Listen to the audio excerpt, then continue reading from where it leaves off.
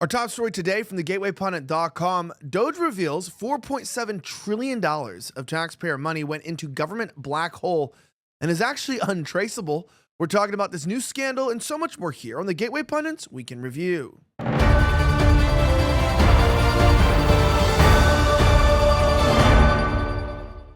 My name is Elijah Schaffer. This is the Gateway Pundits Week in Review, where we cover the top 5 stories of the last 24 hours. Our top story comes from Christina Lila, who reports that DOGE, the Department of Government Efficiency, has revealed over $4.7 trillion of taxpayer money that went into government black hole and is now untraceable. Listen to this. This is why it's all hands on deck to stop Elon Musk's DOGE team. On Monday, Elon Musk's DOGE revealed the federal government didn't trace, get this, $4.7 trillion in payments. $4.7 trillion is bigger than some countries' GDP. I think it's even bigger than, that might even be bigger than Australia's entire GDP. These are $4.7 trillion in payments that were left blank, making it nearly impossible to trace DOGE. Now, the Treasury Access Symbol, TAS, is an identification code linking a Treasury payment to a budget line item. It's a standard financial process. DOGE explained on a post, in the federal government, the task field was optional for $4.7 trillion in payments and was often left blank, making traceability almost impossible. As of Saturday, this is now a required field, increasing insight into where money is actually going. Thanks to U.S. Treasury for the great work. Now, if you go down here, it also explains that trillions of dollars in taxpayer money went into federal government black hole. The government will audit you, track every single dollar that went into your bank account, and hunt you down to squeeze every last penny. But once they get a hold of your money, they chuck it into a black hole of their choice with little to no accountability. 2 different standards. Now, Musk's DOGE has exposed trillions in waste in just the first few weeks of Trump's second term. Last Wednesday, Real America's Voice White House reporter Brian Glenn asked White House Press Secretary Caroline Leavitt about the trillions in fraudulent Medicaid and Medicare payments that have been going overseas. Now, Representative Marjorie Taylor Greene told her DOGE subcommittee hearing earlier in the day and announced the group's findings. The subcommittee had found $2.7 trillion in improper and fraudulent government payments since forming their subcommittee. It is kind of frightening when you live in a position like I do, where you have kids and you're trying to pay your taxes, and you come around to the fact that the government really just doesn't care about the truth. They don't care about what you're doing with your money or what they can say that you've done with your money. All they really care about is just claiming to you that, hey, you didn't do everything that we wanted. And they take all your cash from you, and then they just do nothing with it but waste it. Now, according to News Nation, the federal government spent $2.7 trillion in payments errors since 2003. The number was discovered last year before DOGE launched an in-depth investigation into government waste. $2.7 trillion of your money down the drain. Tomorrow, the DOGE subcommittee will expose the worst fraud and abuse of improper payments doled out by the federal government. Watch the video below and tune in tomorrow at 10 a.m. I have the video for you here that we'll play in just a moment. Check this out and tell me what you think from Marjorie Taylor Greene. Over the last 20 years, the United States government has wasted $2.7 trillion in improper payments. Just last year, $170 billion were overpayments made to dead people, criminals, or those no longer eligible for government programs. Over $44 billion. $44 billion? $44 billion. Over $44 billion were made in payments that could be here or not. They just don't know. Medicare and Medicaid are the biggest contributors to improper payments. Under the Biden administration, $764 billion went up in flames due to many factors like inaccurate record keeping or outright fraud. By taking a deep dive into these organizations, the DOGE subcommittee can effectively eliminate the money spent by unelected bureaucrats. Putting trillions of dollars back in the pockets of American taxpayers should not be a partisan issue. It's our job to identify waste, fraud, and abuse in the government. We are done putting America last. We're done putting America last. We're done putting America last. Americans deserve to know where their taxpayer dollars are going and how they're governed. Marjorie Taylor Greene looks like the Hawk Tuah girl a little bit. She's got that look. Also, Brandon Gill, congratulations. He's an old friend as well. I think, isn't he married to Dinesh D'Souza's daughter, I think? I'm pretty sure. Is that the same guy? Maybe. Probably. Not entirely sure. But what a great group of America First patriots there. And that being said, have you ever wondered what happened to the legendary Chuck Norris? Well, I recently saw a video that he made, and check this out. I was so shocked Now, he's obviously a bit older. He's in his 80s, and he's still kicking butt, though, and working out and staying active. What's even more shocking is he's actually stronger, can work out longer, and even has plenty of energy left over for his grandkids. He did this by just making one change. He says that he still feels like he's in his 50s, and his wife even started doing this one thing too, and she's never felt better. She says she feels 10 years younger, her body looks leaner, and she has energy all day.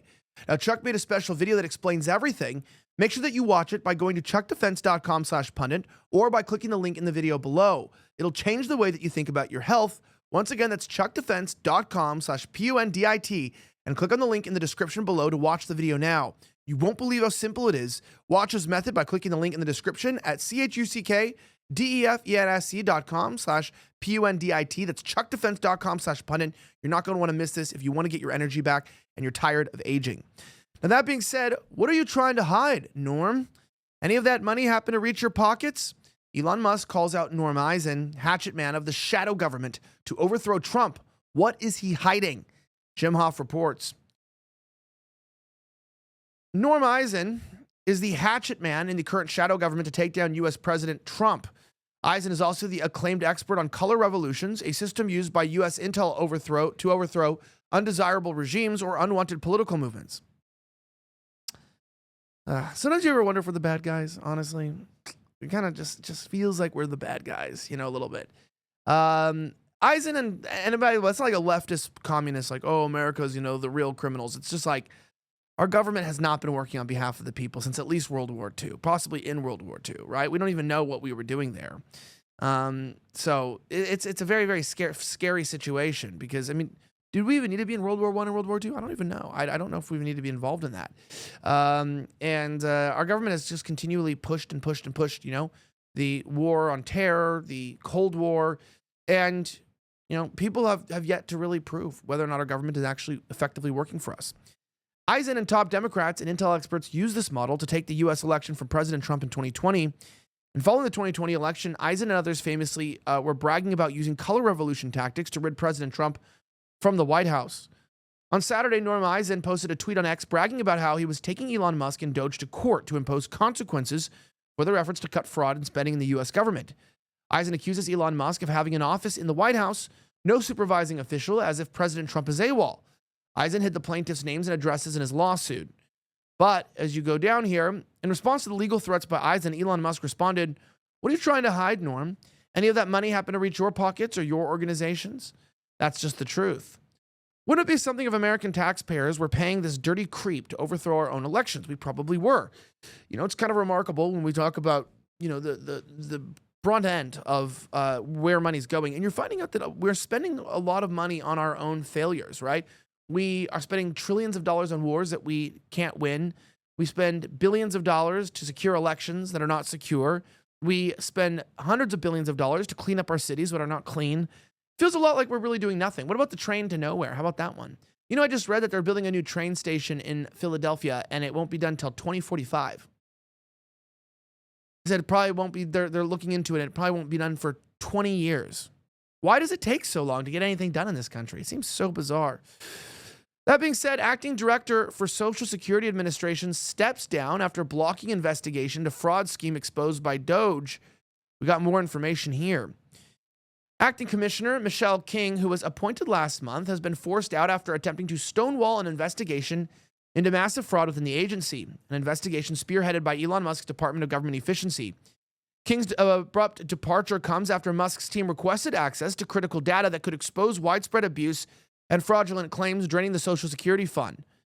Washington Post reported that Acting Commissioner of the Social Security Administration left her job this weekend after a clash with billionaire Elon Musk's U.S. DOGE service over this attempts to access sensitive government records. 3 people familiar with her departure said on Monday. Michelle King, who spent several decades at the agency before being named its acting commissioner last month, has now left her position after the disagreement, the people said.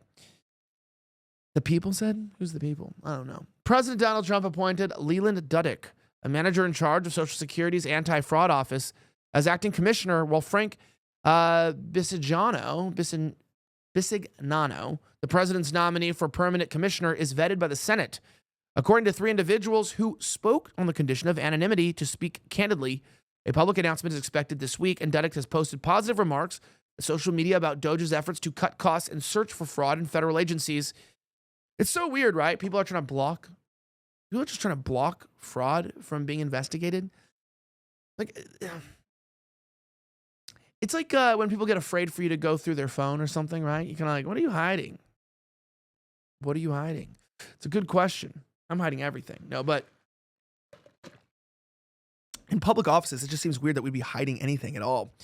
It's almost like maybe they're corrupt. Now, wife of a federal judge who threw a wrench in Trump's agenda has a curious connection to USAID, according to this report.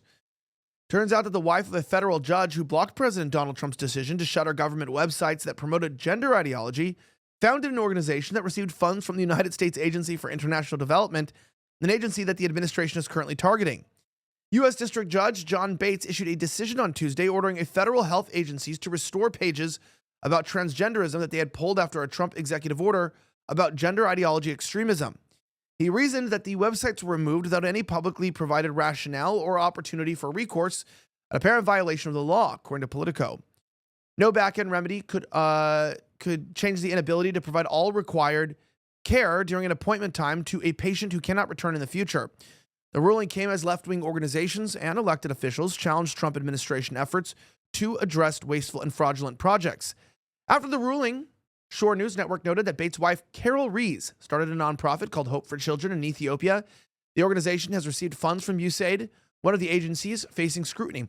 You know, it is so funny, right, that you find out this slush fund is just funding so many NGOs around the world, so many interesting and colorful groups that are spreading propaganda. I mean, those Ethiopians, we got to make sure that they're gay, right? They might be hungry, but as long as they're having anal sex with each other, that's what I care about. Because I'm an American, and that's what Americans are all about today. That being said, though, you know, if you're like me and you feel like, you know, you're getting to that age where maybe your body doesn't work like it used to, you ever wake up and you feel sore all over? Well, listen up. Don't reach for another painkiller until you learn about this little-known turmeric hack for pain and inflammation. You've probably already heard about turmeric being used to fight inflammation and joint pain, but here's the thing. Not all turmeric is created equal. Regular turmeric powder is in your pantry might actually help a little bit, but a leading pain doctor from Connecticut discovered a special turmeric extract that is 200 times more powerful than what you'd find in the standard turmeric. And when he shared this turmeric hack with his patients, the results were shocking. This turmeric extract attacks pain at the source, turning it off like a light switch so that pain not only goes away, but stays away. And Dr. Josh, the brains behind it all, has spent over 20 years helping hundreds of thousands of Americans find freedom from constant aches and stiffness. This turmeric hack has been the backbone of their success.